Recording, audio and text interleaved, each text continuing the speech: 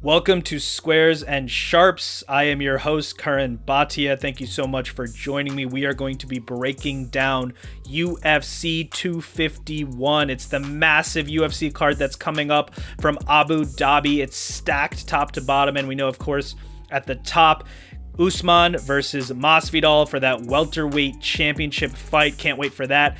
But the entire card is stacked, and I'm going to be speaking to some of the top minds in MMA analysis and sports betting, so you don't want to miss that. But first, we are powered by squaresandsharps.com. It's sports betting apparel and gear. Check it out. It's what winners wear. So I will be speaking to Dan Levy. You know him from bestfightpicks.com. We're going to get his analysis on the entire card. He's going to talk about where you can find value in the prelims, the early prelims, and of course the main card. Then I will be chatting with Z, also known as @RockstarZ, ZsMMA.ca. You've seen him on YouTube. You've seen him on Twitter. We're going to get his thoughts, his picks, where to find value on this card. And finally, I'll be talking to Adam Newsome. You know him from @MMAPlay365, Newsome_MMA on Twitter. He's also going to break it down, give us his perspective, look at the numbers. So we're going to break everything down, get you ready for this big UFC 251 card. This podcast is brought to you by squaresandsharps.com. Squares and Sharps is what winners wear. We are the brand for sports bettors. Please visit squaresandsharps.com for high-quality sports betting apparel and gear. Use promo code CURRAN2020 for 15% off your next order and for free shipping. Do you like Jorge Masvidal's Scarface-inspired suit? It was created by Mohan's Custom Tailors of NYC. Turn your own dream into a reality. Visit the legendary Mohan's Custom Tailors, located steps away from Grand Central at 301 Madison Avenue. You can contact them at 212-697-0050 or by visiting mohansnyc.com. Make an appointment now. If you're enjoying this show, check out my other podcast, Ask the Experts with Curran Bhatia. It's available on Apple Podcasts, YouTube, and wherever else you listen to podcasts. And check out my YouTube page, youtube.com/Curran Bhatia. I am Curran Bhatia. This is Squares and Sharps, and I am joined by Dan Levy, bestfightpicks.com, Half the Battle podcast. You can see him on Twitter at Best Fight Picks. Dan, how are you doing, my man? Doing amazing, man. I really appreciate you having me on. Not only your podcast, but the first ever episode. So it's an honor to be on here. And you couldn't have picked a better card. You know, that was a little bit by design. We are launching this show and we want to talk betting. We want to talk process, backstory, but we have this huge event coming up and we have to talk about it. So UFC 251, it's from Abu Dhabi. It's crazy, man. I mean, this is one of the most stacked cards in UFC history, probably, right?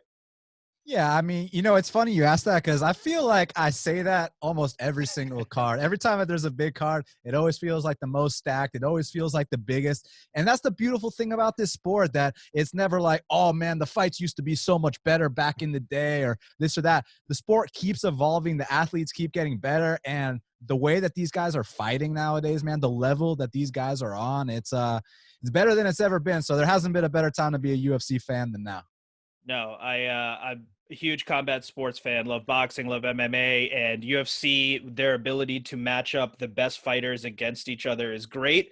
And then what happens sometimes, like in this main event, when one of their main event fighters can't make it, boom, we got someone else. It's crazy. And so obviously we're going to talk about some of these fights on this main card. So main event, we all know we got Usman. He's a bad man. He's a champion at welterweight.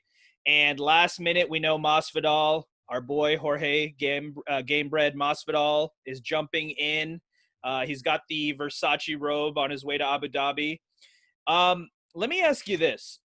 We love it that he's stepping in on short notice. And it's amazing because he's, in a way, you could say, saving the main event. It's quite the BMF thing to do, even though that title won't be at stake. But he does need to lose 20 pounds in 5 or 6 days. Is that going to play a factor, you think? Not at all, man. I mean, it's not like he's got to lose actual 20 pounds to like lose the weight. It's more so water weight. So they do this thing called weight cutting, and he's going to lose it all in the sauna. It's not going to be a big deal at all. I've seen guys cut 25 to 30 pounds before. So, he might be a little bit dehydrated on Friday, but, they'll put some fluids back in him and he'll be good to go Saturday night for sure. And in terms of your process when you're looking at a fight like this, if you're trying to make a play, make a bet, there's a lot of things around it, and I'm just curious as to what do you factor in? Obviously, who these guys are, their record, but there's been recent developments. For example, Mike Brown, who is one of Jorge's coaches, has been with him for a long time. He tested positive for coronavirus. He's not going to be there anymore. Is that going to make a difference, you think, in this fight? Not at all, because when you're talking about a guy like Jorge Masvidal, this is a guy. So we talk about how, he got the short notice call, right? And we consider it 6 days to be short notice. Well, this is a guy back in the day was pulling up to the McDonald's drive-thru. And if you think 6 days is short notice, how about 6 minutes? They call him. They're like, hey, we got a street fight for you right now down the street, in the backyard in Miami somewhere. So this guy is used to taking fights on a moment's notice. As far as his coach not being there, well, look, Mike Brown, he's a legend. He's actually a former WEC champion, beat Uriah Faber twice back in the day, but this isn't Mike Brown's fight. This is Jorge Masvidal's fight. So I don't think he needs anyone but himself. I mean, the guy's had 40 pro fights, so he's got enough experience to go out there, and what happens in the cage is a completely different story. But for him to just get in there, I think he's good to go. So here's another thing I wanted to ask you. A lot of these fights more recently, when after UFC came back from the global pandemic, they were one of the first sports to come back, if not the first. No fans, obviously. They started off in Vegas in the UFC Apex. So they would have a main event around a normal time. Now, I was looking at when this main card starts. 10 p.m. Eastern time is what it said for UFC 251. Now, Abu Dhabi time, I looked that up. My math may be off here, but I think that means the main card starts at 6 a.m. local time to Abu Dhabi, which means they may not fight until 9 a.m. Does that matter, you think, in terms of just a fighter's approach, their kind of their sleep schedule, things like that?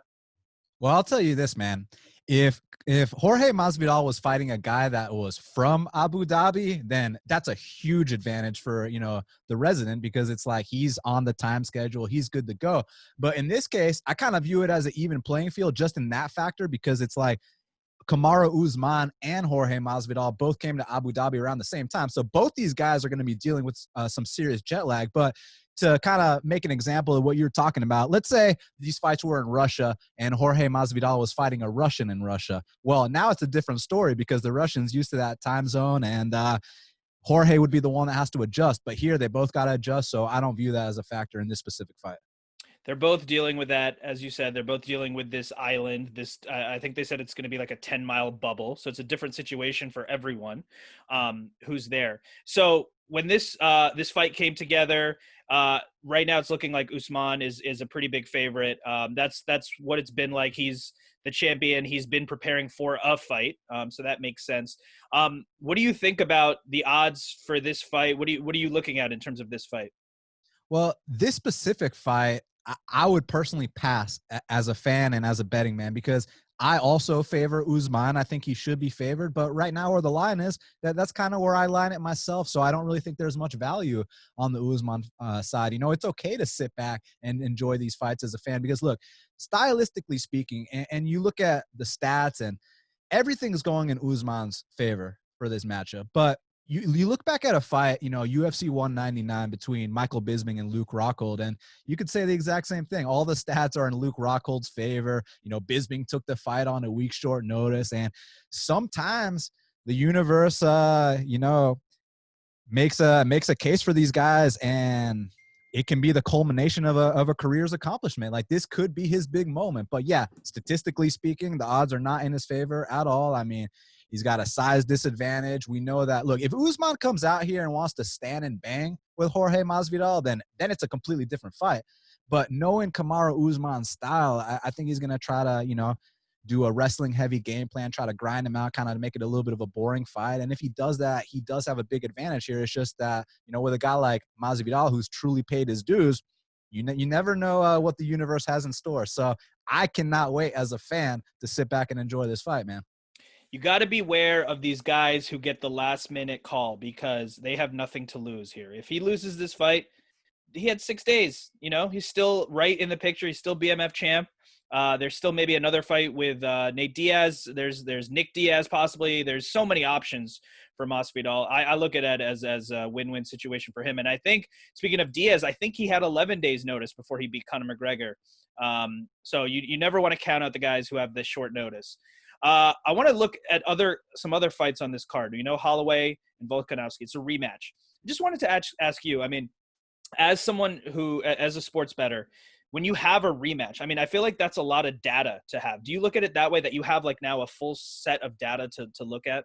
Oh, no doubt about it, man. And historically speaking, the rematches favor the person that won the first time. And you take it a step further, in this specific instance, in a title fight, Max Holloway was a long reigning champion. And historically speaking, long reigning champions, once they lose their belts, they don't often come back to regain them. So, yeah, I definitely look at that kind of stuff. And, Volkanovski's a guy, I bet on him at underdog odds against Max Holloway the first time. I bet on him at underdog odds against Jose Aldo in Brazil. And then here against Max Holloway the second time, I think he's the rightful favorite. I think the line's accurate. I think there might even be some value on Volkanovski, because when you really look at this stylistic matchup and you look at a guy like Max Holloway, he's known for that incredible output. He can push the pace all 5 rounds. And, you start to show a little bit of weakness on a guy like Max Holloway. He'll start pointing to the ground. He'll tee off on you. He'll embarrass you. The thing is, Volkanovski never slows down. And it's funny because the one biggest strength that Max Holloway has, or what he's known for, is his output. And interestingly enough, Volkanovski can not just match the output, he can exceed it. So he can literally do what Max Holloway does, but even better. And I just think it's a bad matchup for Max Holloway. It really could be a bad matchup for him. And I wanted to ask you about the mental aspect of it also, because it's an immediate rematch, right? These guys just fought in December, if I'm not mistaken. So that's not that long of a time, especially with what's been going on, because the entire world has kind of been on pause since March. So it wasn't that long ago. Does that play a factor, you think, mentally, just knowing that for Holloway, not that long ago, this person beat you and now you're just trying to do it again? Yeah, but it's a little bit different on his side, because what I've heard from him, he's in denial almost. He feels like he was robbed in that fight, which is like completely delusional. If you watch that fight, it's pretty clear who won it. You even look at the numbers too. So it's one of these cases where, how I was talking about how long reigning champions don't often reclaim their belts. To take it a step further, for whatever reason, I don't know why, long reigning champions, after they lose, they go through a spell of delusion where, they feel like, I didn't really lose and I'm still the champion and this and that. You look at Joanna Jędrzejczyk. When she got knocked out in the first round by Rose Namajunas, she's saying she didn't really lose. Then they have the rematch against Rose, and she loses a 5-round decision. She says she got robbed on the scorecards. You look at a guy like Chris Weidman, gets brutally knocked out 3 fights in a row, and then he's saying stuff like, I can be the guy to dethrone John Jones. I can be the guy to dethrone Israel Adesanya. It's like, guys, you need to be more humble and understand the reality of what's really going on. And right now, the stuff I'm hearing from Max, I'm not liking it at all. Whereas you look at Volkanovski, and he's not underestimating Max at all. He's not resting on his laurels. He's not, relying on the fact that, I already beat him once, I don't got to train this time. No, he's taking it extremely seriously. He's got a goal to prove. He wants to prove that, look, I already showed I can beat him over a 5-round duration. Now I want to go out there and finish him. So that's a new goal for him, whereas Max is doing the whole, I thought I got the fight. And then you look 2 fights prior where Max fought Dustin Poirier, and that was a clear decision for Poirier. And Max even acts like he won that fight too. So there's a lot of delusion from these long-reigning champions. It's a fine line, right? Because as a fighter, when you step into, whether it be the boxing ring or an MMA cage, you need to have that immortal confidence that nothing, you can't do anything wrong because you're going into combat with someone else. But to your point, you got to be a little bit self-aware. And if someone beats you fair and square, you got to kind of just tip your cap, and that'll help your preparation for the rematch. Because you say, I need to make adjustments. Let me watch fight 1. What can I do better? Versus, I won that fight, I'll just try to do the same thing. So wanted to ask you about the rest of the card as well. Another big fight, bantamweight title, Petr Yan versus Aldo. What are you looking for in this fight? How would you kind of assess this one? This is a really interesting fight because before I, dove into my research, I was thinking Peter Yan's probably easy money. The guy has got an aura about him. He just definitely seems like he's a future champ kind of guy. And I think no matter what happens Saturday, whether win, lose, or draw, I think Peter Yan is a future world champion. It's just that Jose Aldo is a guy that's often counted out, and he's still damn good. I mean, you saw his last fight against Marlon Moraes, and it doesn't matter who you scored it for. That was Jose Aldo right there. That was a very, very dangerous guy. He looked like a top 10 bantamweight to me. So it's one of those situations where Peter Yan, he's ran through everybody he's fought. It's just this is the biggest step up in competition he's ever faced, and there's been a lot of, defensive flaws that could be exposed. And a guy like Aldo, who hits like an absolute truck, could definitely capitalize. The only thing here, man, is that historically speaking with Aldo, his biggest criticism is that he kind of slows down in the later rounds. And one thing about Peter Yan is that he can go for days. So I think the early going of this fight is going to be competitive. It's going to be back and forth. But where I think that Peter Yan has the edge is if he can survive and not get knocked out in those first 2 rounds, I think he's going to take over in the 3rd, 4th, and 5th. That's great analysis. And I'm looking at the odds right now. It looks like Yan is a 205 favorite. Aldo plus 175. What do you think about where those numbers are at right now? Yeah, no, I mean, they make sense. I'm glad that they didn't disrespect Jose Aldo too much. If they would have made Peter Yan minus 300, minus 400, then we maybe, consider taking a look at the Aldo side. But here, I think the odds are appropriate. Again, it's okay to pass and enjoy a fight. If you don't feel like you have value, there's no need to force anything. Absolutely. Nothing wrong with enjoying a nice adult beverage and sitting back and watching a good fight.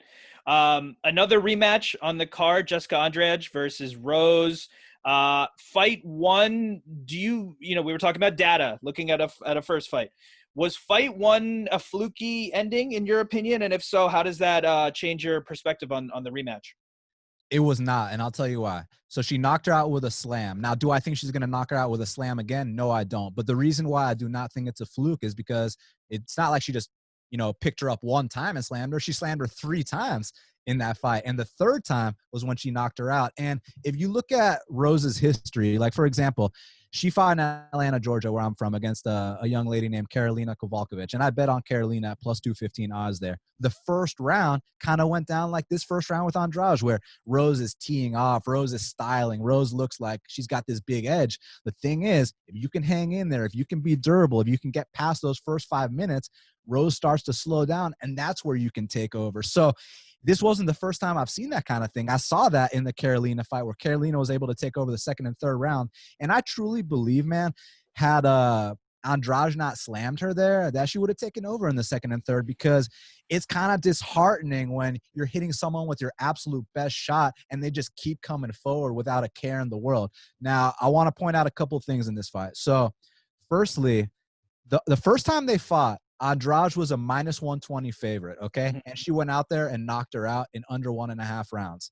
This time, she's plus 175 to plus 200, dog. I think that's completely off. I think this is a dog or pass situation. This is a spot where you roll the dice and put a bet on Andrade. And look, she might win, she might lose. But the bottom line is, if you capitalize on spots like this long term, you're going to profit, because this line is completely off. There is value on Andrade. Like, I cannot justify how Andrade was a favorite the first time, knocked her out in under 1.5 rounds, and now she's a huge dog. Like, again, I get that Rose had success early, but Rose has had success early in a couple of her losses too. So this is nothing new for me. Now, the other thing I got to point out, the kind of red flag on the Andrade side, is that there might be a chance her chin is cracked. And the reason I say that is because, it wasn't just the Rose fight where she took all that damage up front. A couple of her other wins she did, the Claudia Gadelha fight, the Tisha Torres fight, those first rounds, she's kind of a slow starter. And then in her subsequent fight after the Rose fight, she got knocked out in the first round by Weili Zhang, the current champion. So we kind of got a question, is her chin cracked? Can she still take the shots like she used to? Because if she can still take the shots, man, she's got a good chance to win this fight. But regardless, when you see odds like this is a spot where you roll the dice and try to find out what happens. Absolutely. I mean, chin cracked, it's such an interesting concept in combat sports.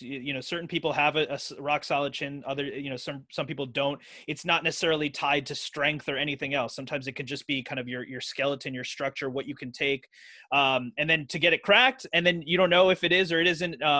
Manny Pacquiao got knocked out years ago, flat in his face, and he was able to come back from that. And he's still on top of the game, on top of the division. People thought, oh, his chin's cracked, he's not going to be the same. So that is a question mark. But to your point, there's definitely some value there. So rounding out the card, the main card that is, we have Paige Vanzant versus Amanda Hebas. Paige has been inconsistent a little bit, right? There's been some injuries. There's been some other things going on, Dancing with the Stars, things like that. And I'm looking at the odds right now, at least when we're talking. I believe this is the widest on the main card. And please correct me if I'm wrong. I'm seeing Paige as a plus 600 here. Amanda minus 900. What do you think about that opener there?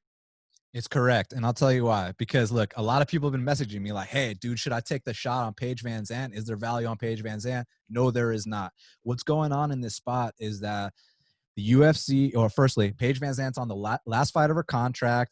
They're not going to re-sign her. They're sick of her bullshit. And basically what they're going to do here is they're going to set up one of their future stars with a highlight reel finish on the first fight of the main card. Amanda Ribas is going to go out here, destroy Paige Vanzant, and then they're going to build her into a star and get rid of Paige Vanzant. So no, the line is not off at all. I mean, Paige Vanzant has been deteriorating every single fight. She was never that good to begin with.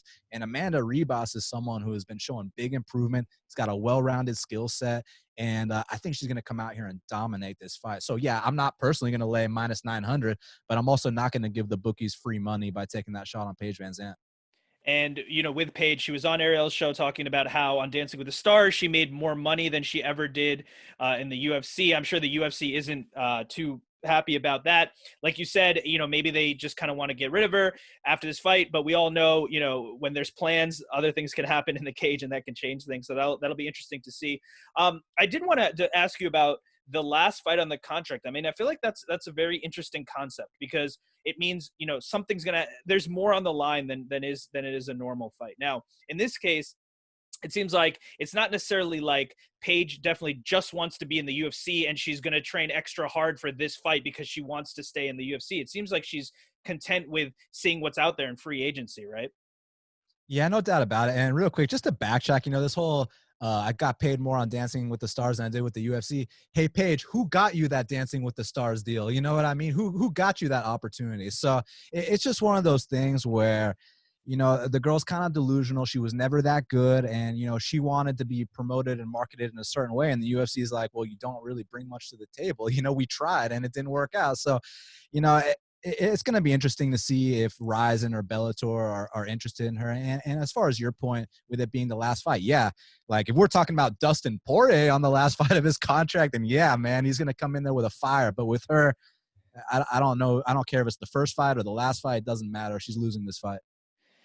So I know that obviously with what you do in sports betting, the main card is just a small part of it. Can there's names on the prelims, the early prelims that we've heard of.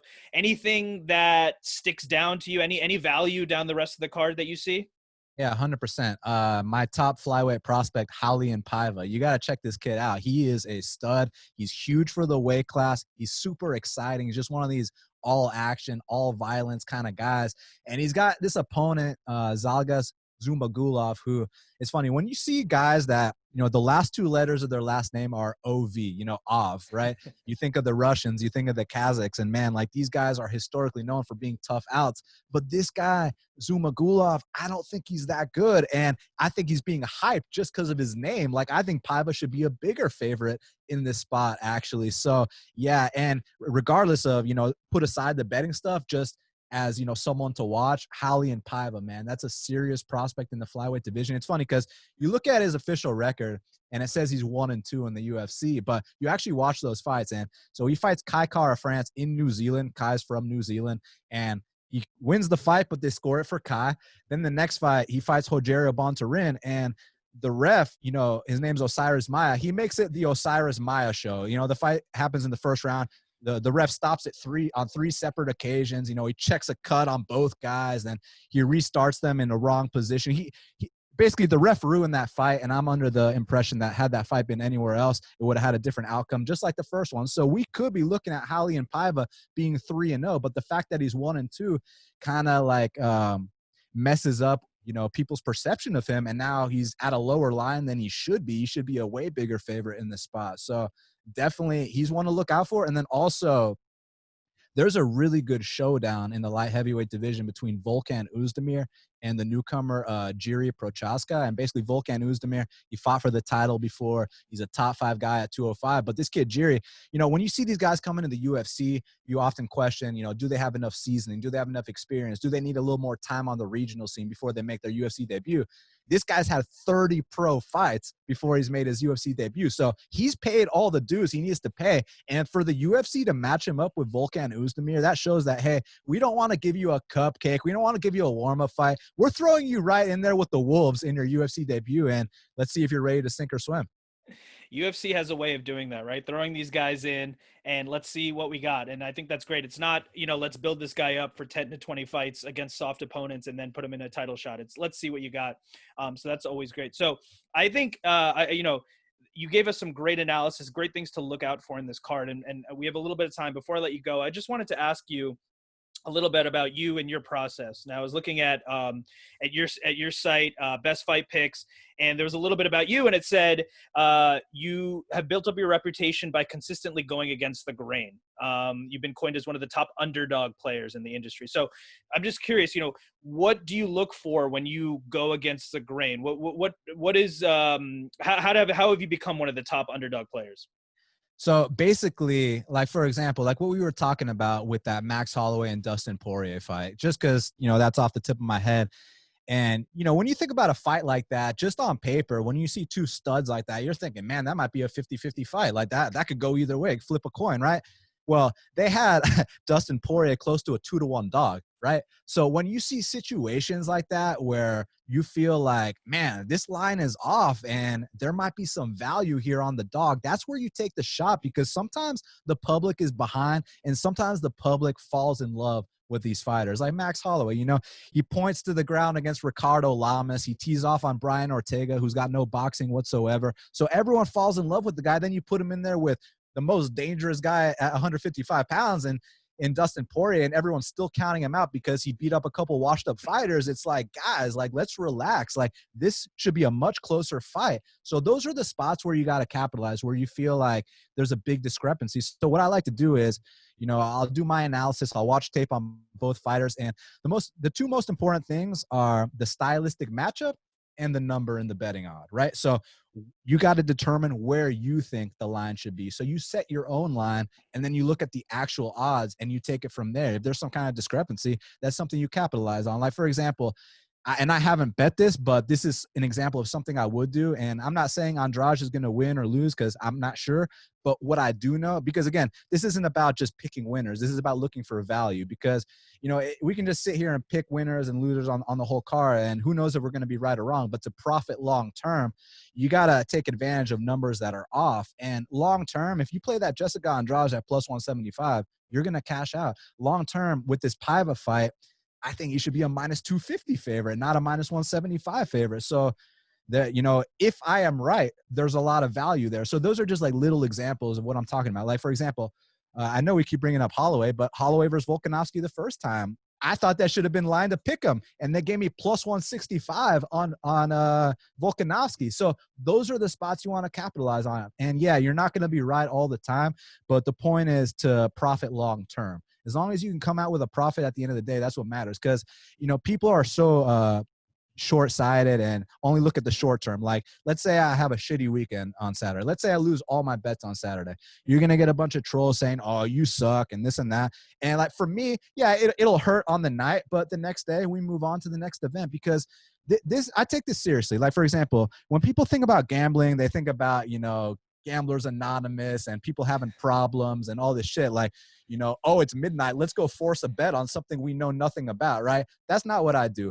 I only look for 1 to 4 bets per per UFC event, find where I have the value, and then I move on, win or lose. I'm not going to force anything on other sports. I'm not going to, bet more than I can afford to lose. Like, your money management has to be on point, your discipline, and most importantly, find value in, favorable stylistic matchups. That is great advice for anyone listening. Really great to kind of learn more about your process, things you look for. And I think that that's really an important distinction. It's not just degenerate gambling here, right? This is researched stuff, and we can hear that with your analysis. So just to close it out, Saturday night, there's a lot of fights. We talked about a lot of them. What is the one fight or moment or thing that you're going to be looking out for most, that you're saying, wow, I can't wait to see this?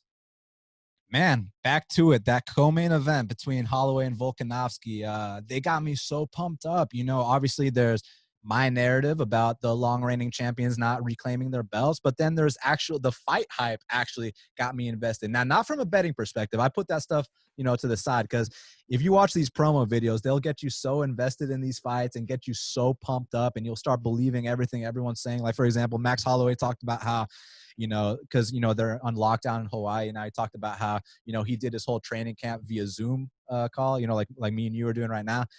And people might actually believe that and go bet on Volkanovski for that reason. And it's like, I am picking Volkanovski to win. I do think there's value on him, but like, I would never factor any shit like that into my analysis. I'm expecting the best Max Holloway we've ever seen. I feel like that's gamesmanship. So you got to be able to read between the lines when they say stuff like that. But yeah, that's the fight I'm most looking forward to, man. And obviously the Piotr Yan versus Jose Aldo fight, getting to see Jorge Masvidal compete for his first ever undisputed title, and then my flyweight prospect Raulian Paiva too. So there's a lot to look forward to, man. Absolutely. It's going to be a really fun night. I have to ask you this before I let you go. Is it max bet season? Yes, sir. It is max bet season. Go to maxbetseason.com this weekend. I'm feeling very confident about one of my plays, and we went big on it. Perfect. And just to close it out, I know we talked about your site and Twitter, but just remind people where they can find you if they want to hear more. Absolutely. Well, firstly, thank you very much for having me on your show. And thank you very much to all your listeners too. I really, truly appreciate it. You can find me on Twitter at Best Fight Picks, and my website, bestfightpicks.com. And my podcast, Half the Battle, is available anywhere that podcasts are found. Dan Levy, thank you so much for the time. I hope you enjoy the fights on Saturday night, UFC 251. I really appreciate your analysis, breaking it down for us, and I hope to talk to you again soon, my man. It'd be my pleasure. Thank you again for having me on. Thank you. This podcast is brought to you by squaresandsharps.com. Squares and Sharps is what winners wear. We are the brand for sports bettors. Please visit squaresandsharps.com for high-quality sports betting apparel and gear. Use promo code CURRAN2020 for 15% off your next order and for free shipping.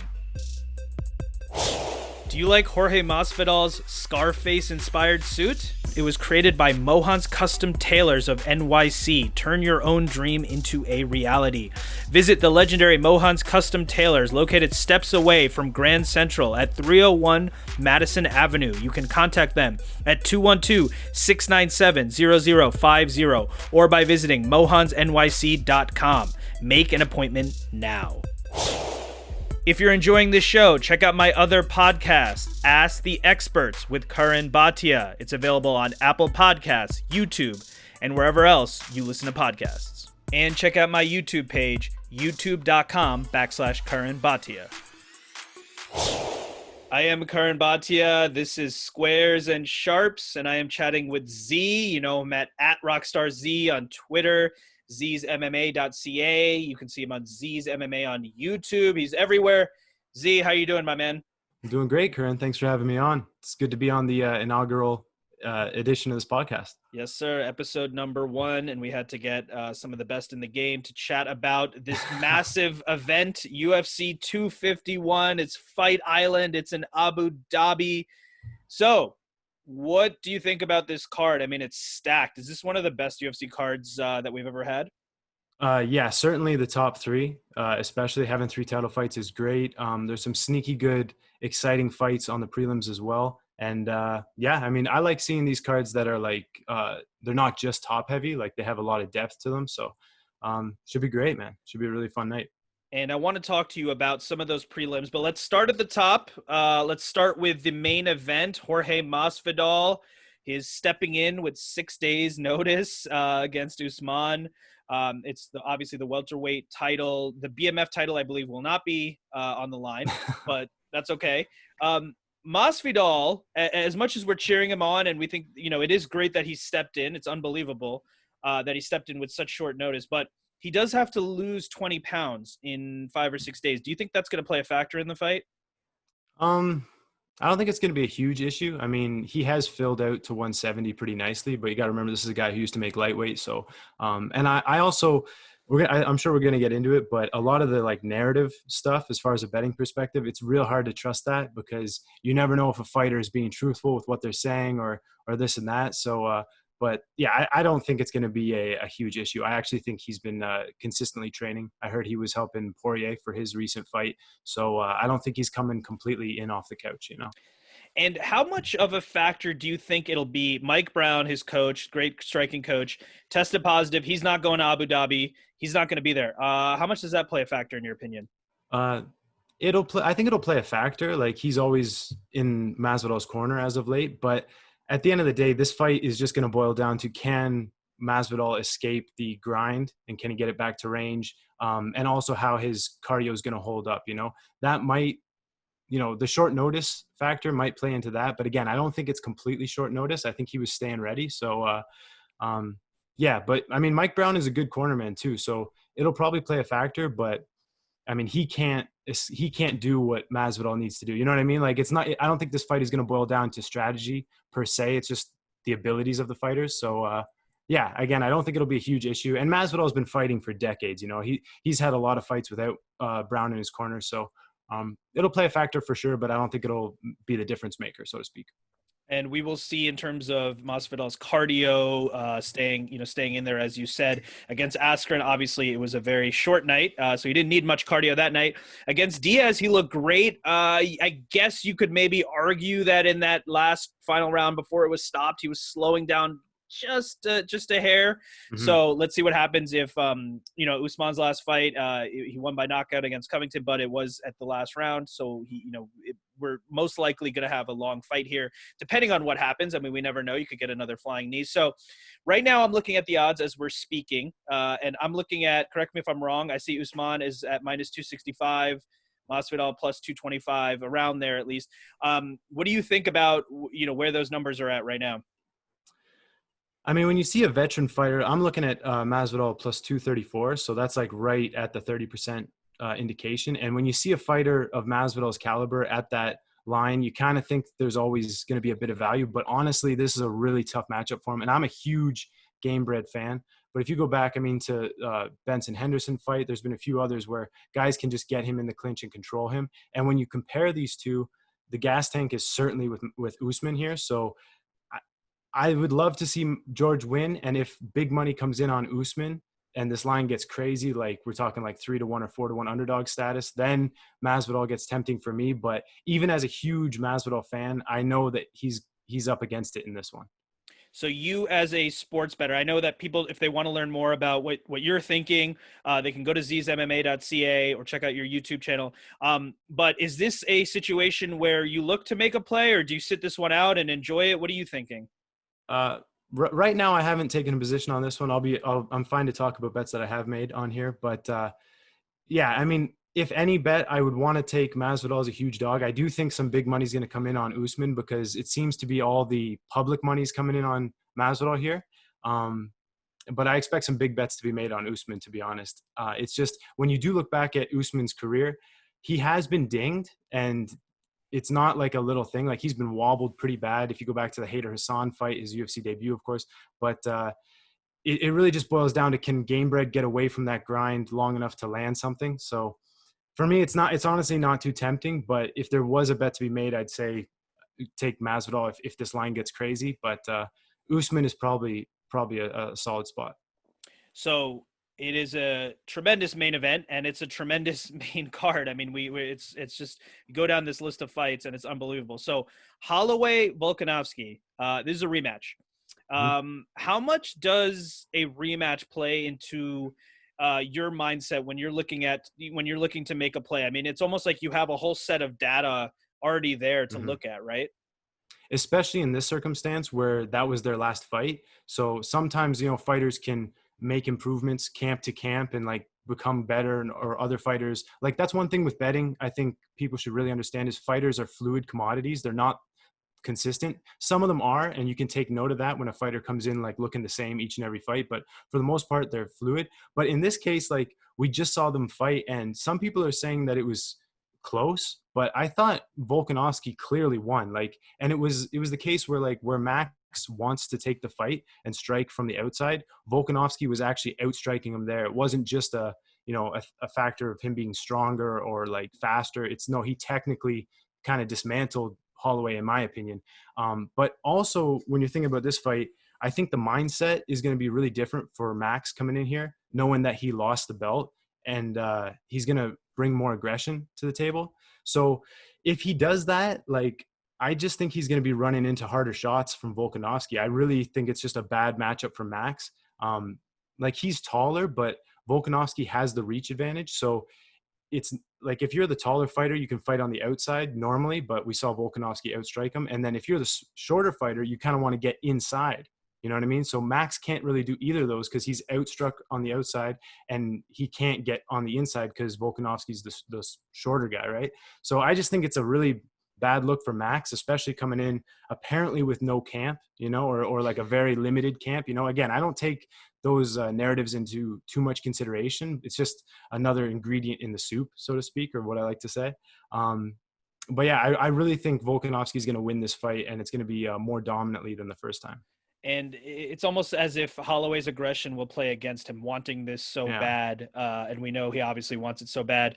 Not having a camp is never good, no matter what happens. But we'll see how that plays a factor. Or a limited camp, with COVID going on, his coaches couldn't really be in the gym, apparently. And again, you never know. You never know. Maybe Max is just saying that so that his gym doesn't get in trouble for opening up for him. Like, you never know, man. But yeah, when a champion loses the belt, I always like to see them take on another contender before getting their rematch.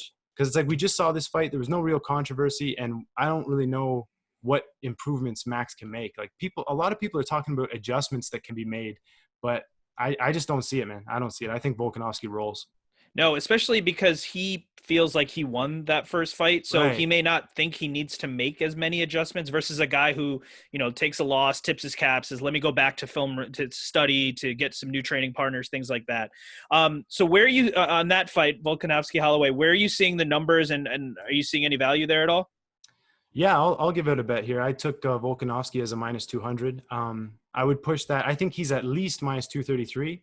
I would put him more around 3-1 or 4-1 favorite, to be honest. Like, again, that's just my perception of the fight. I know some people will watch that first fight and say it was close, and like 2 of the judges gave Max 2 of the rounds, but honestly, he's just like he got outstruck and he's outgunned in the pocket. And like I said, any improvements or any more aggression that he brings to the table, I think is just going to open him up for harder counters from Volkanovski. So yeah, I think Volkanovski's solid here.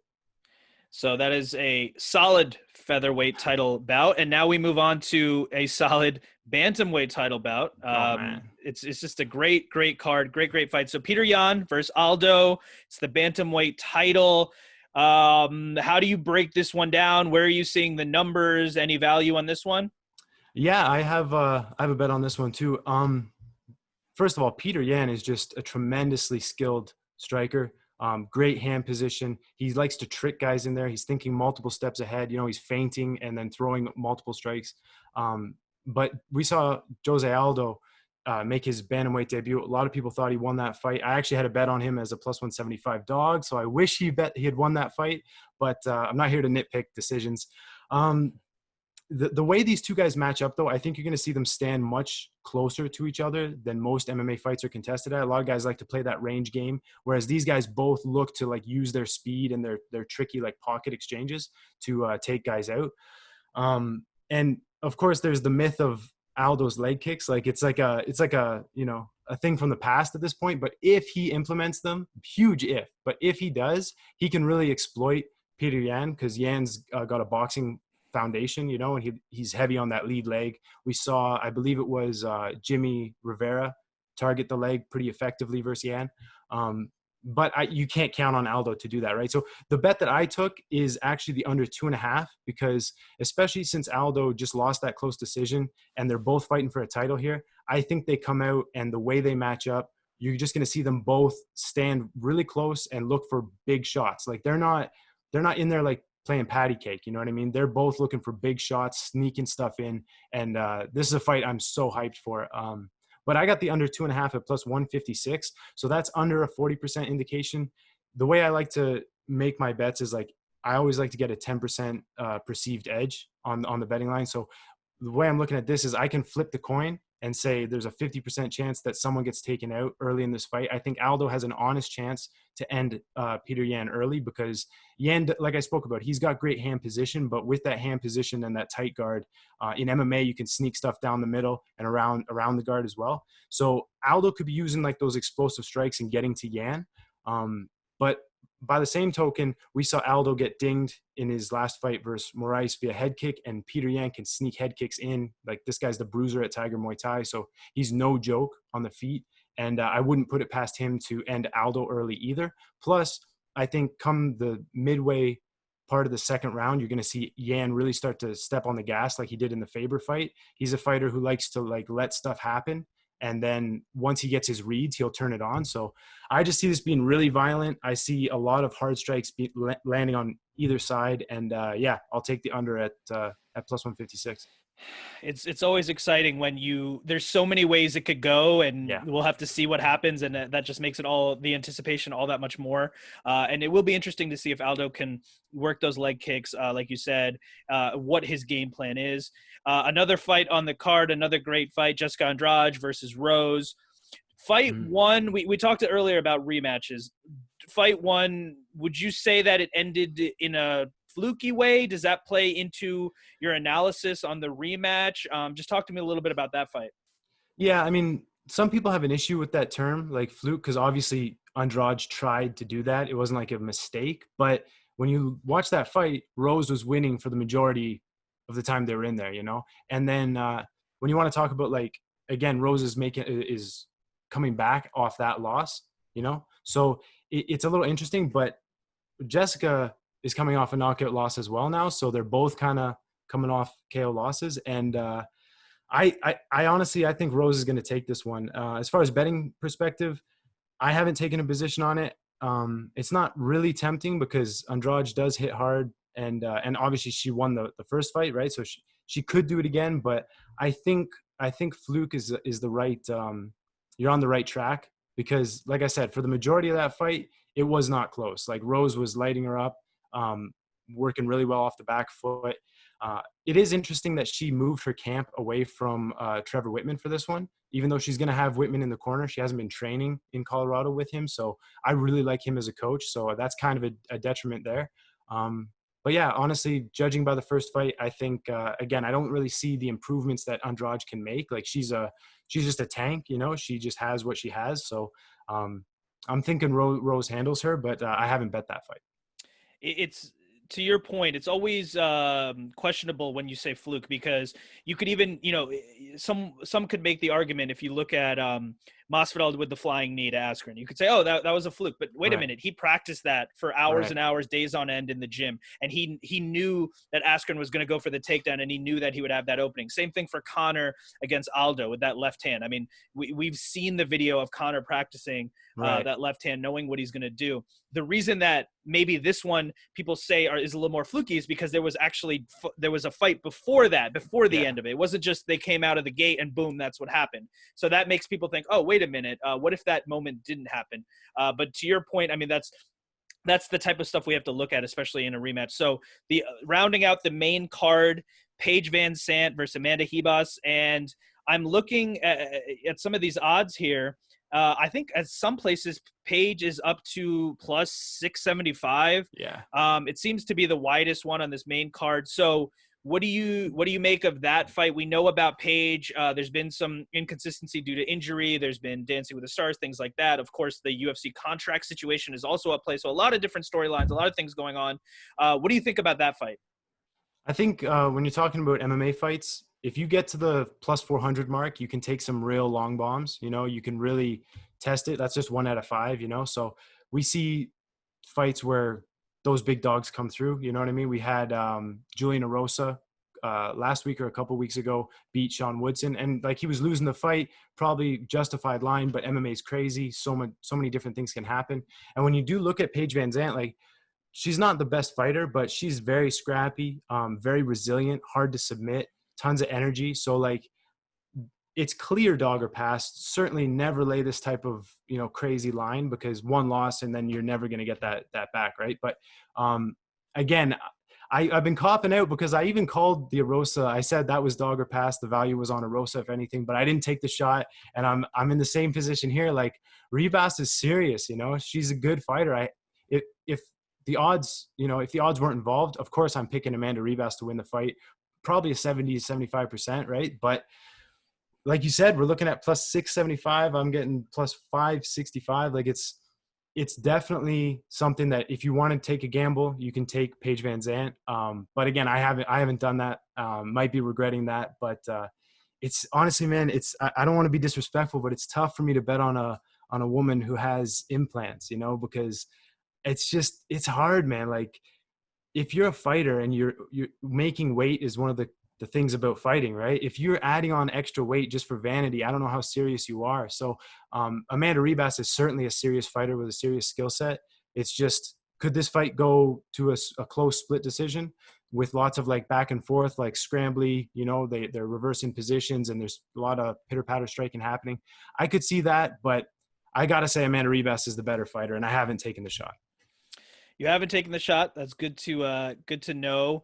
And to your point, I think the biggest thing that one of the bigger takeaways is sometimes you can be very sure about who you think is going to win a fight. That doesn't mean it's necessarily a good bet to make, a good play to make. There may not be value there. So obviously the main card is stacked, but that's only a very small part of what you do as someone who bets on this stuff. What are you looking at in terms of the rest of the card? Is there value down the line? What are a couple fights or situations that stick out to you? Yeah, I really like unders and underdogs on the undercard. I think with the more high profile fights, the value gets hammered out because people are very aware of these fighters, and you know. But on the undercard, you can usually get some sneaky plays. If I'll take a look at it right now, we got Jiri Prochazka making his debut against Vulcan Ozdemir. I'm very close to betting Vulcan Ozdemir. If that line comes in a little bit more, I'm going to take the shot because he can chop Jiri down. Jiri was getting kicked kicked from CB Holloway. Holloway was chopping his leg really well before he got knocked out. Vulcan is not someone who you can say will be easily knocked out. I mean, this guy's been in there with beasts. He's gone to war multiple times. And just the level of competition is so much different that I think if you're getting minus 150, where it's very close to minus 150 right now, I think that's not a bad bet to make. You've got Ralian Paiva welcoming Zaglas Zumagulov to the UFC. Zaglas is a decent fighter, but nothing really jumps off the page at me. And Ralian Paiva is a very scrappy, very experienced young Brazilian with a good lethal skill set. So watch out for him. There's another fight. There's a banger. Zaleski dos Santos versus Muslim Salikov. Muslim's high-level striker, like very, very veteran. His mechanics are really good. His timing is excellent. And Zaleski's a dude who is willing to throw down with most people. So I think that fight's going to be a banger. That's another under 2.5 that I took. I got in a little bit earlier at plus 135. And I also have a bet on Zaleski. Now I'm giving Muslim Salikov the advantage on the feet, but it's not like Zaleski's out of his element. He's got a capoeira background. He's very scrappy, can throw down. But if he wants to take this fight to the mat, that's a very clear path to victory for him. He's got a much better ground game than Salikov does at this point in time. I would say at best, Salikov's ground game is a work in progress. And we saw Zaleski take Curtis Millender down and just get to the back and end the fight quick. Didn't want anything to do with the striking because there was that clear path to victory. So I think you're going to see that play out again, where Zaleski's going to take Muslim down early, get to the back, and finish him. I mean, Zaleski took down Kunchenko in his last fight, and Kunchenko is, Russian bear, very hard to take down. Whereas Muslim's, primarily a striker, doesn't have great takedown defense, doesn't have a get-up game, doesn't have high-level jiu-jitsu. So if Zaleski's smart, I think he's just going to go for the easy win there. And we've also got, the curtain jerker, Martin Day versus Davy Grant. I think that's a banger. That's another one. I took the under 2.5 and plus 180. Look out for Martin Day. He's got a Taekwondo background, Taekwondo base, but also has very good fundamental boxing skills, likes to slip to the left and return with left-handed shots. And Davy Grant's a scrappy dude. He's going to force the fight. So also, I like the fact that both of them will operate on the feet at all ranges. They'll throw down in the pocket. They'll throw long-range kicks from the outside. So that's a great fight. I mean, man, it's honestly, this undercard is, it doesn't have crazy big names for most people, but there's going to be bangers on this one. You've got Leonardo Santos taking on Roman Bogatov, welcoming Roman Bogatov to the UFC. Man, Bogatov is such a strong grappler. Like, his core strength and his just overall grappling is so strong, but he's going up against Santos, who's a 7-time jiu-jitsu world champion and has developed a very lethal long-range striking game. So I think that one is just pick your poison for Bogatov. I don't really see where he's going to be able to take the fight to have success. So look for Santos to get a finish there. I mean, man, it's honestly just a banger of a card. It's a really fun undercard. No, it really is. And safe to say that we'll all be tuned in starting 6 p.m. Eastern on Saturday, because just top to bottom, you got early prelims, and main card. Really great stuff there.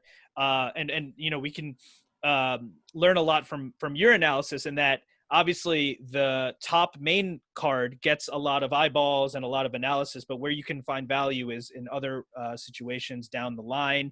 And you have some really great analysis there. So I wanted to ask you a little bit, we only have a few minutes left, about your process in betting on sports, betting on MMA.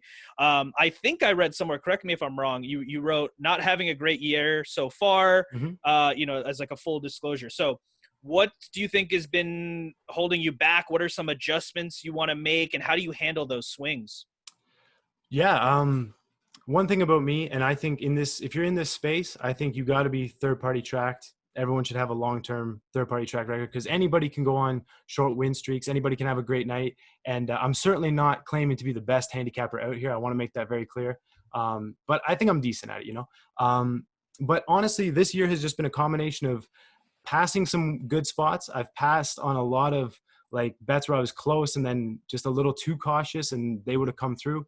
I've made some bad bets, Lord knows I've made some bad bets, and also just some unlucky bounces. And I like to do betting recaps and go over like the bets, win or lose, if I thought they were good bets to make or bad bets to make. And I mean, some of them, not to cry on here or anything like that, but like I took Overeem versus Walt Harris. I don't know if you remember that fight. I had the under 1.5 rounds.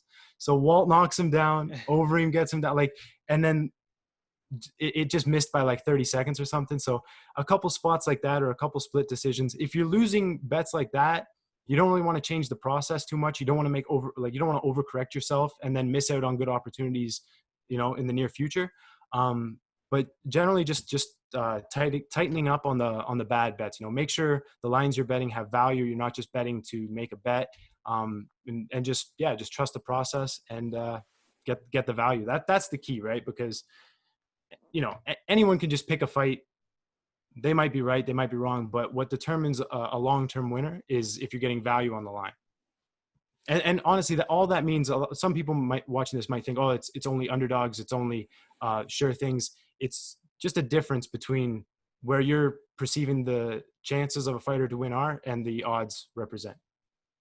That's the biggest thing, getting that value long-term. That's what matters. And it sounds like in terms of your process, you are looking at what works and what doesn't and making the necessary adjustments. So I think that's great. And I'm sure you'll continue to have success. So last question, Saturday night, there's so many good matchups and things going on. What is the one thing that you are most looking forward to? The one fight, the one situation, the one easy. moment? What is that thing that you're on Saturday, you're going to say, yes, this is what I waited for? Oh, it's so easy. It's Aldo versus Yan. It's so easy. That fight is just, that's an incredible fight. Like just think about, they're going to be standing like toe to toe, and not toe to toe, just throwing and doing crazy stuff, like toe to toe, looking to trick each other, looking to set traps. And, I honestly can't wait for that one. Like two just high-level lethal strikers. You're going to see Muay Thai in the cage. I can't wait for that one. And I think that under is going to hit. Like that's a classic violence bet.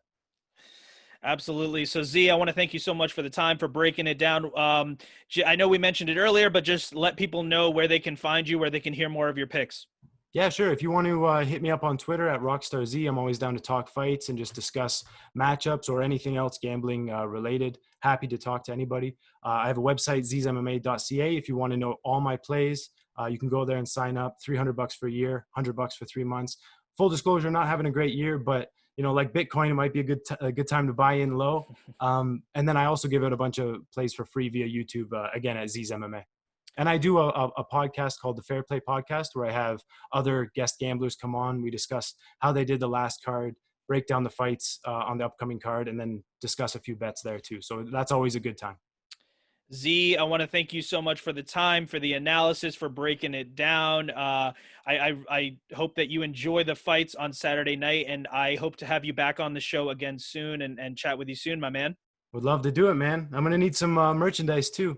Yes, absolutely. I will talk to my people. We'll get you some merchandise. Absolutely, 100%. Thanks so much for the time. All right, buddy. Take care.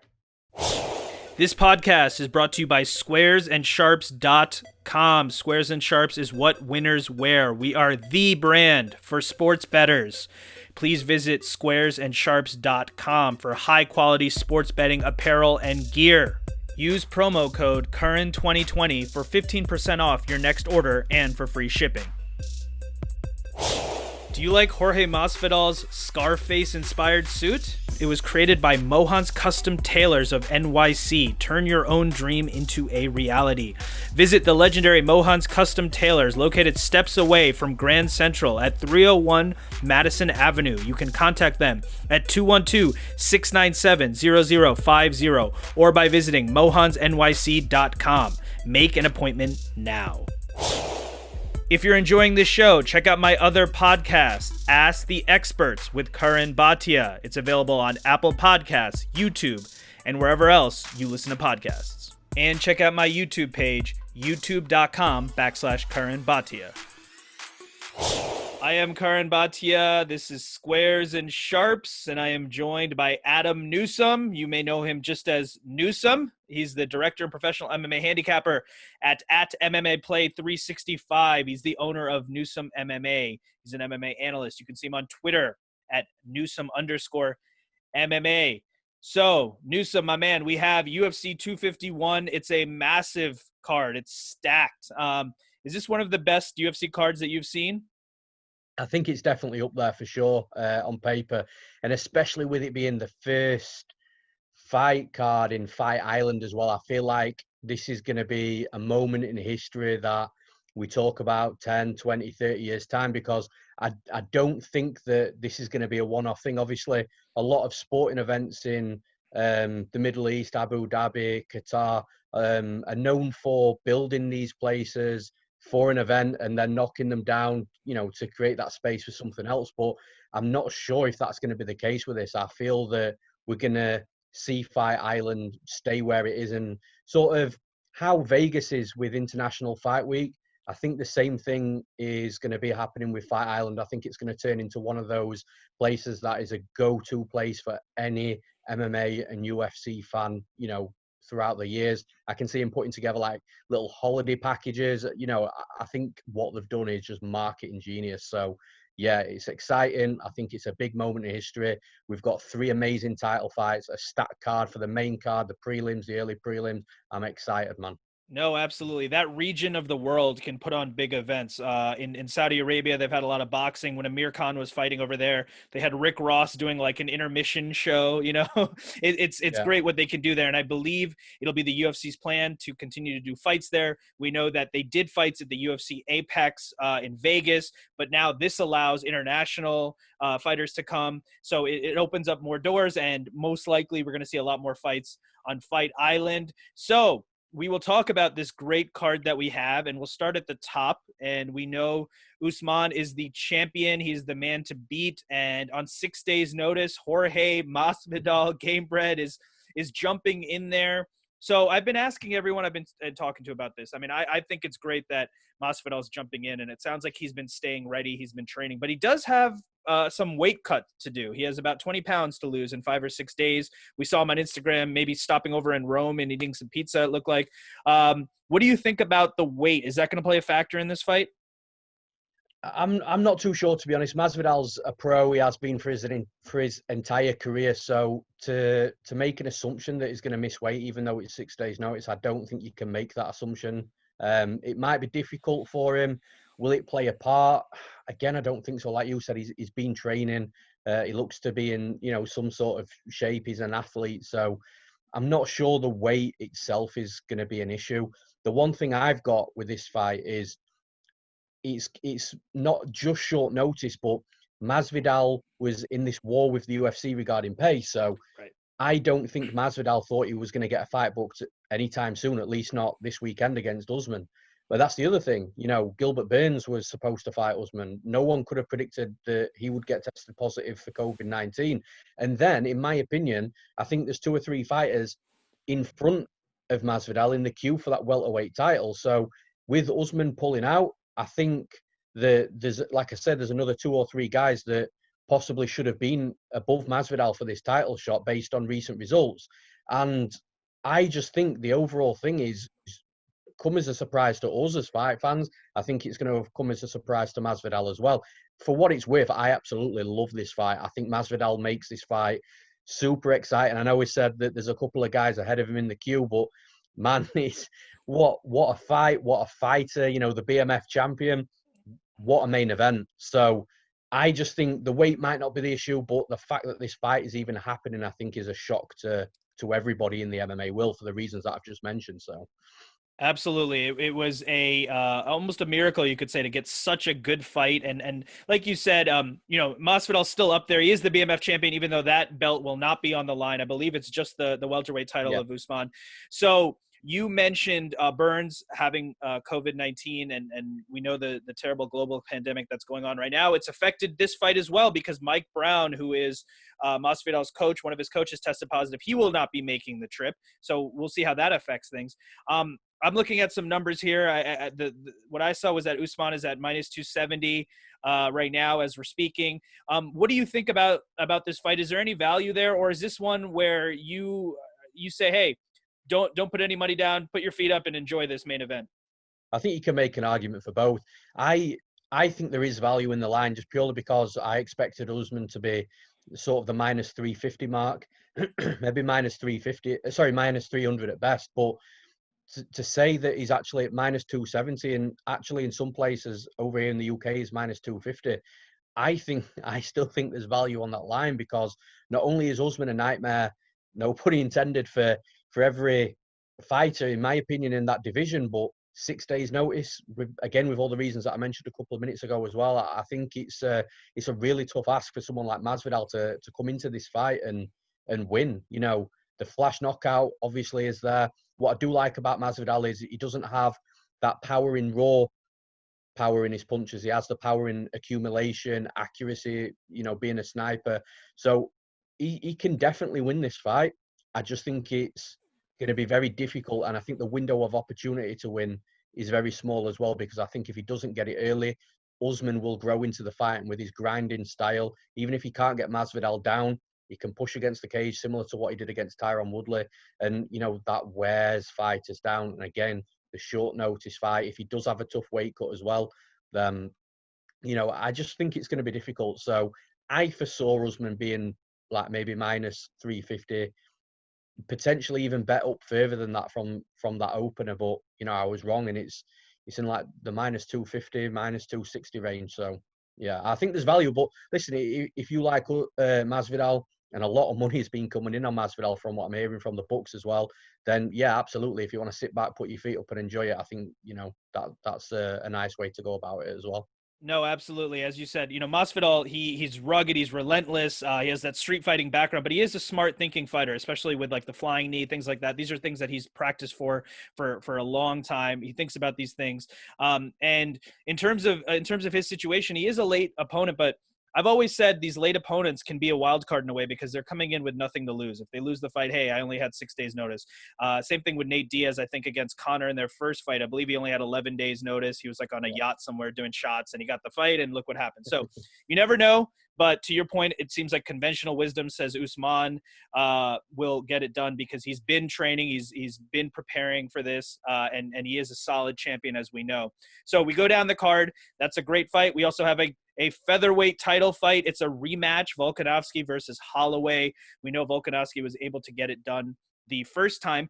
When you look at fights like this, your process of assessing numbers and what's going to happen and looking for value. I mean, when there's a rematch, there's a lot to be seen from the first fight, right? That gives you a whole set of data to look at, right? For sure. And the main thing about this fight for me, I mentioned this on the podcast that I recorded this week for MMA Play 365 as well, is the adjustments. Because in my opinion, I don't agree with the first two judges scoring that 48-47, that first fight to Volkanovski. I think he'd won every round. So I agree with that third judge at 50-45. But that's the way I saw the fight. I think it was very decisive. And the one thing that would help Holloway in this fight, and this is the adjustment he has to make, is not just doing something about the low kicks. Obviously, he has to do something about that, but he has to kick to the body as well, because he's the taller fighter. Volkanovski is the smaller fighter. But Volkanovski was having so much success getting in at that range to be able to land his kicks, to be able to land combinations on Holloway. And that's something that we've not really seen fighters do against Holloway. So Volkanovski is very clearly good at that pressure, that forward movement, and the ability to get inside of range on the taller fighters. So the body kick from Holloway, that for me is a perfect tool, because not only will that help him dictate the range, dictate the pace of the fight, it'll keep Volkanovski back. And if it keeps him back, that'll reduce the amount of leg kicks he absorbs as well. So in my opinion, for how I see this fight, I just think that everything revolves around Holloway keeping him at distance. And the one thing that you can do to make that adjustment from the first fight is a body kick. The issue I've got here is, historically, you look back at Holloway's fights, he's not a kick-heavy fighter. Sure, he throws them, and he was returning some low kicks in that Volkanovski fight, but he's predominantly a boxer on the feet, likes to fire his punches from the hips. He's got that really unorthodox style of fighting, which bamboozles a lot of fighters, not Volkanovski. So I'm really interested to see if Holloway does make these adjustments to really stifle Volkanovski. And if hypothetically he does come out here and he does do exactly what I've just mentioned, and he throws that body kick often and allows himself to dictate the pace of the fight, I think he's got a really good chance of winning. But I'm just not convinced that he's going to come in there with that game plan. I just feel that he's very confident in his own style, and he feels that he can possibly perform better than he did in that first fight. But I think stylistically, without being able to keep Volkanovski at range, he's going to lose the fight again. And for what it's worth as well, I don't buy into the whole, I've been doing Zoom classes for my training camp. I've not seen my coaches till the airport at Vegas. Look, the dude just didn't want to snitch on himself and his team and risk getting fined or arrested. It's as simple as that. So that's my take on the fight. That's the working theory, that Holloway, obviously with coronavirus, you may not be able to have your gym open, but you don't want to say that you were training. So that may be what's going on. It's also a case of in a rematch, usually maybe the guy who won the first time can win again.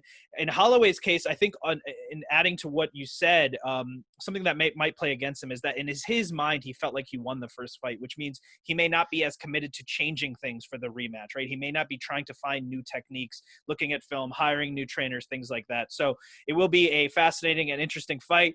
And before that, we have the bantamweight title, Peter Yan versus Jose Aldo. This is another great matchup. So what are you looking at in this fight? I mean, the numbers are somewhere around, I'm looking right now, we got Peter Yan at minus 205, Aldo at plus 175. I mean, what do you think about those numbers? What do you think about that fight?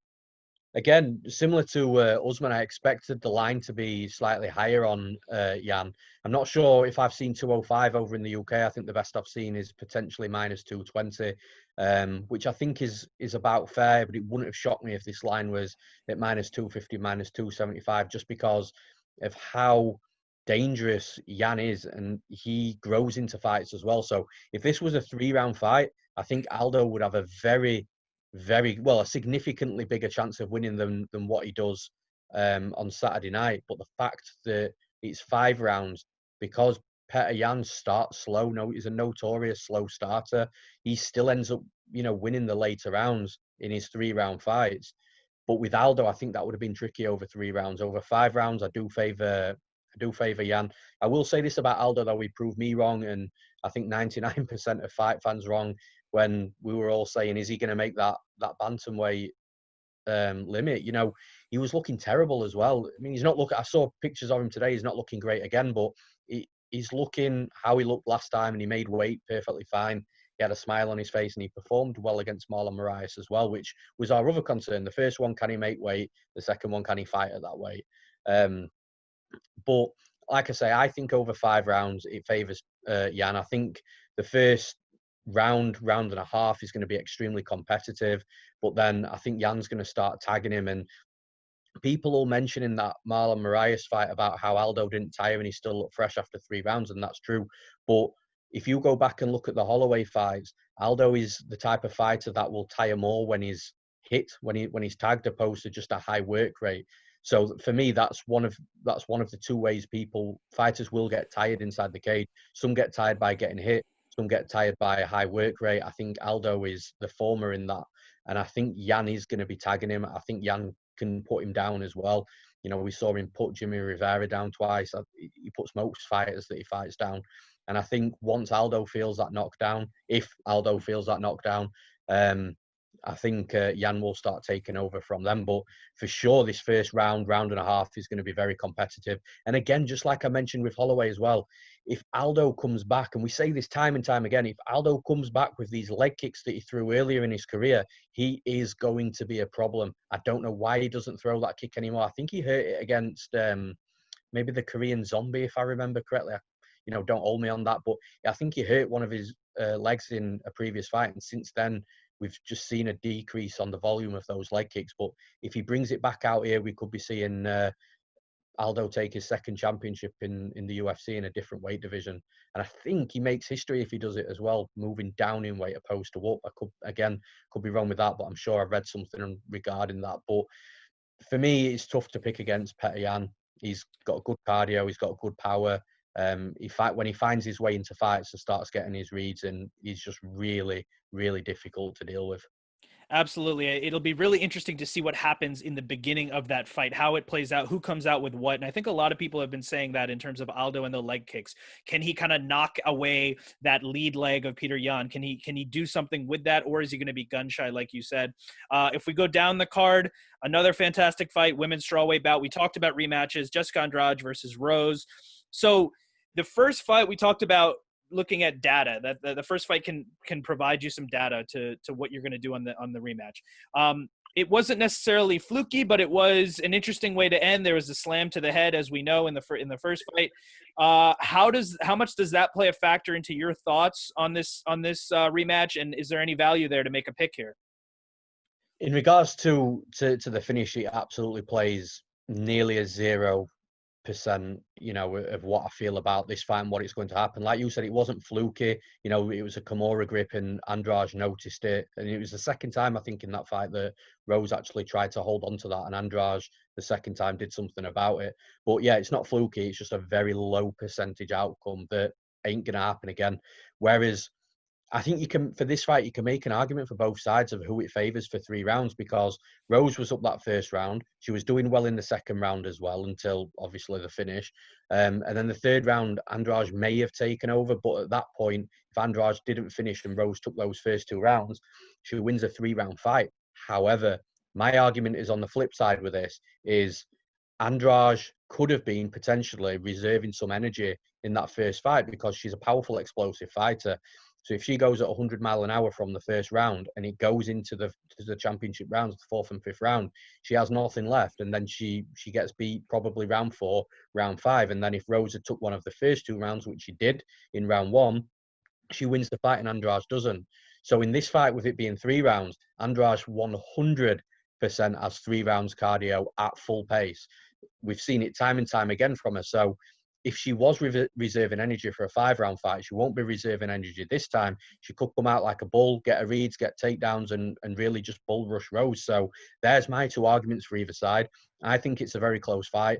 I'm extremely surprised by the betting line. I think it's way too wide. I think all the value is on Jessica Andrade for sure. And like I say, I think it could be a really close fight, but I am picking Andrade to win the fight. I just feel that over 3 rounds, I favor that explosive wrestler. I love her grappling. You know, she's made some really good grapplers look really average, and for me, that's a big thing. So Rose can win for sure. You know, she's an excellent fighter. I just like this fight 3 rounds for Andrade for the reasons I've mentioned, and like I say, the line is so wide. So many fascinating fights on this card. And speaking of wide lines and underdogs, Paige Vanzant versus Amanda Heba. So I believe Paige she's definitely the biggest underdog on the main card, probably the whole card itself. I'm looking at some places. You're looking at Paige at plus 675.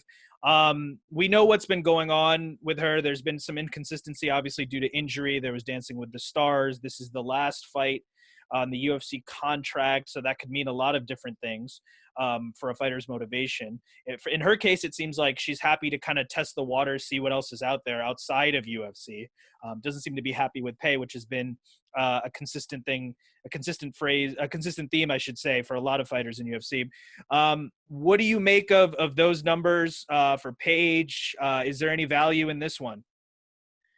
No, I don't think there's any value either way. This is a classic case of one fighter wins this at least 9 times out of 10 in this spot.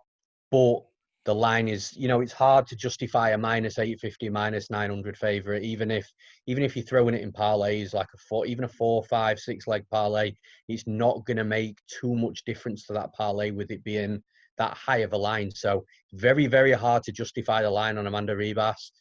With that being said, I don't see her losing either. So it's one of those fights for me where it's just a pass. It's a straight pass. Because, like I say, if you put money on Paige, I just don't see it. I really don't see it happening. You talk about motivation as well. I'm sure she's making a lot of money outside of the UFC with the whole Instagram thing and sponsors and that sort of stuff. She's also come out today and said something along the lines of she could have had a job, a regular job for most of her life that pays exactly the same as the UFC. She's, like you've mentioned, she's saying that she's going to test free agency. So I just feel that not only is Ribas the better fighter, she's the more on-form fighter, she's the developing fighter, she's the more motivated fighter, and I think she's the more skilled fighter as well. So yeah, I don't see value in it, but yeah, Ribas will win the fight.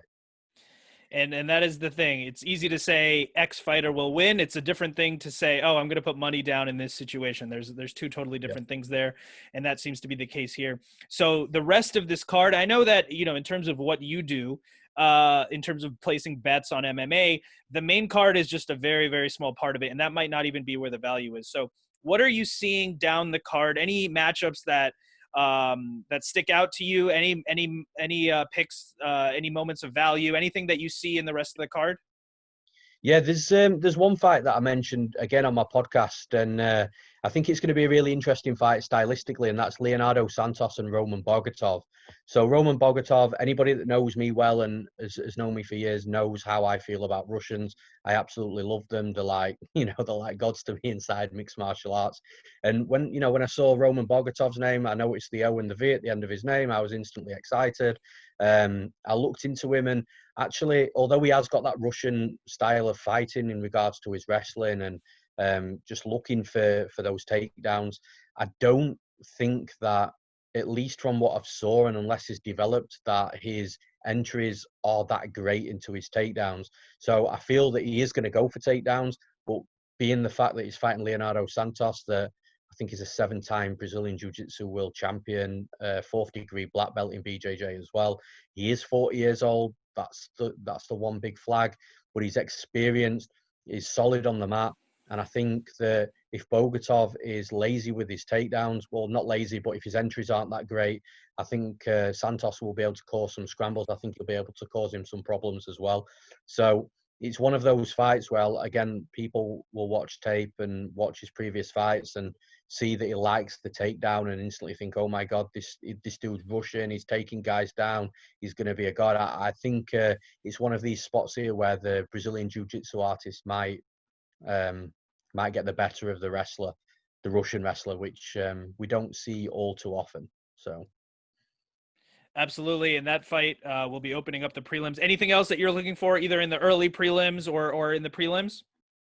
The other interesting fight for me as well is Maxime Grishin and Marcin Tybura. Now, it's weird because Grishin obviously coming in at heavyweight, people will know him from his PFL days at light heavyweight.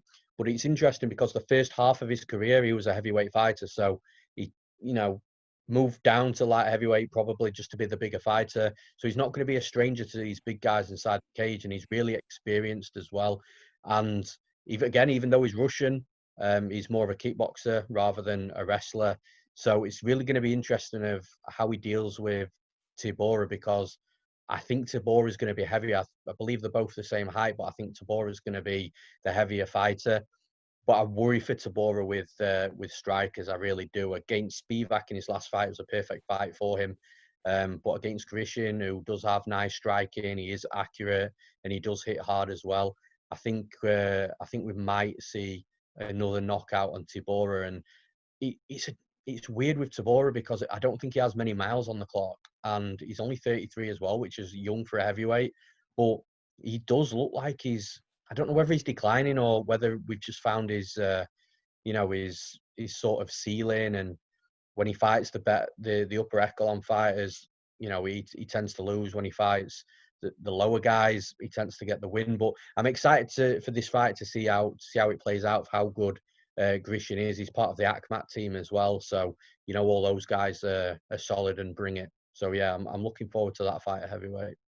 It's an absolutely stacked card. That fight that you mentioned, Tybura versus Grishin, will be the main card of the early prelims on on UFC Fight Pass. That starts at 6 p.m. Eastern.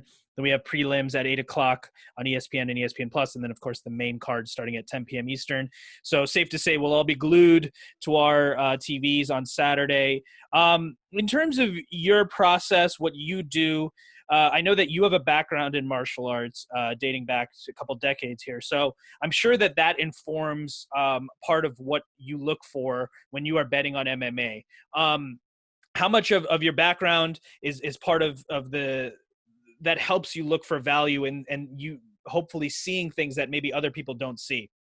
Well, it's funny because my background is actually in Taekwondo. So I was a black belt by the age of 13. Then I moved on to kickboxing.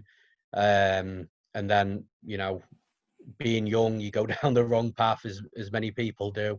So I actually stopped doing martial arts from around the age of 15 to, I think it was 17 or 18. And then, my brother came in one day when I'd just woken up in my bedroom, threw his laptop on me, and it was Anderson Silva, Patrick Cote. And he said, "You've got to watch this." So I was looking at it and I was like, wow, I've got to do that. So I did move into mixed martial arts. I had a few injury issues though. And I was also to and from university at the time. My goal was to be a fighter, and my university degree was going to be my backup.